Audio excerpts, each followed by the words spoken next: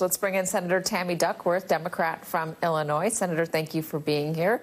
Why don't we start where Garrett left off? Would you support getting rid of the filibuster? Well, I think it needs to remain on the table, and I certainly don't think that Mitch McConnell should be the one dictating whether or not it stays on the table. Frankly, he's the person who has broken all sorts of Senate traditions, not to mention, not allow Merrick Garland to have a hearing for the Supreme Court and pushing through Supreme Court nominees with just a basic majority vote. So at this point, let me just make it clear to Mitch McConnell, Democrats won the elections in Georgia. We are in the majority. We get the gavel. And he does not have any position to try to force us to give up any tools that could be used in order to pass agendas like a $2,000 check to the hardworking Americans out there who are struggling with the COVID pandemic right now. The idea of getting 60 senators to pass legislation, a lot of folks would say, yeah, it's a good one. Have bipartisan agreement on legislation. You represent more Americans. But it's been hard to get major legislation passed with those numbers in the past, many years now. Let me read you this op-ed from Ezra Klein in the New York Times arguing for getting rid of it. Here's what he says. The Democrats have plenty of ideas that could improve people's lives and strengthen democracy, but they have repeatedly proven themselves more committed to preserving the status quo of the political system than fulfilling their promises to voters. They have preferred the false peace of decorum to the true progress of democracy. If they choose that path again, they will lose their majority in 2022, and they will deserve it. Basically, he's saying, get rid of the filibuster, get things done, show voters that you can improve their lives, and do it quickly before times run up and you're up in another election season.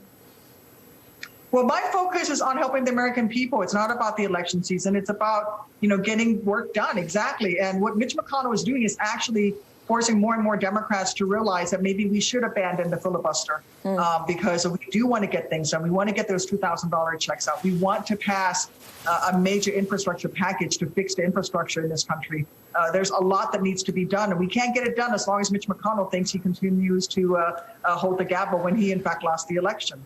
Let's talk about impeachment very quickly. When do you expect to be hearing arguments? Well, I don't know when that's going to be because we don't even know who the president's lawyers, President Trump's lawyers, are going to be. So at this point, we're sort of locked into this process, waiting to see how it's going to move forward. I will tell you, though, it's not going to slow us down from continuing to confirm members of President Biden's cabinet.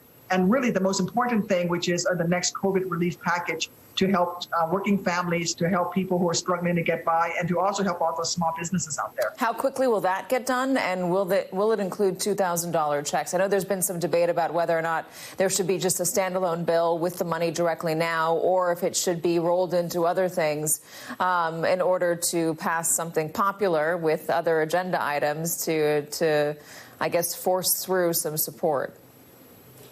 I'm personally open to just the standalone $2,000 checks.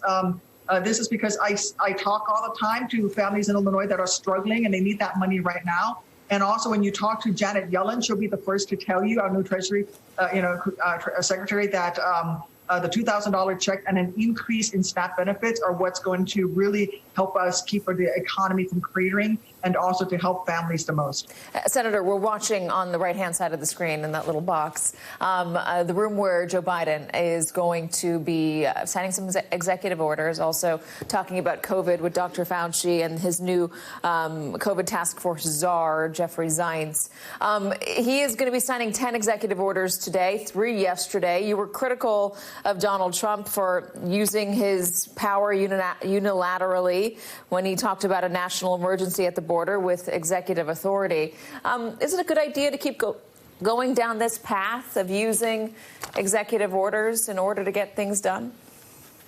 Well, the difference is that the national emergency that Trump talked about was a lie.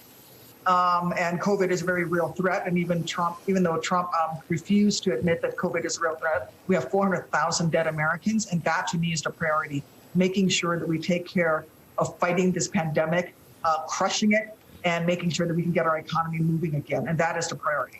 What about the use of executive orders, though? Is it a good precedent to continue setting? I think that if we're going to use executive orders, a global pandemic that has killed 400,000 Americans is the place to use an executive order. That's not the only place Trump he's using it, though. It's not just on COVID. No, it's not. But you asked me about COVID, and I think that this is really the place that it should be used. And I do think at this point, with the precedent set by President Trump and all the Republicans as to their acceptance of executive orders, I think that this is the way we need to move forward, especially when you have Mitch McConnell right now refusing to enter into a power sharing agreement, trying to throw up filibuster rules and all sorts of things from keeping any work from happening. Remember that this is the same party that didn't allow Merrick Garland a hearing for an entire year and has continued to stop any progress. The American people needs us to get to work, and that's what I want to do. And if executive orders are the way to do it, then that's the way we're going to have to move forward. Senator Tammy Duckworth, thank you so much for joining us. We appreciate all of your time.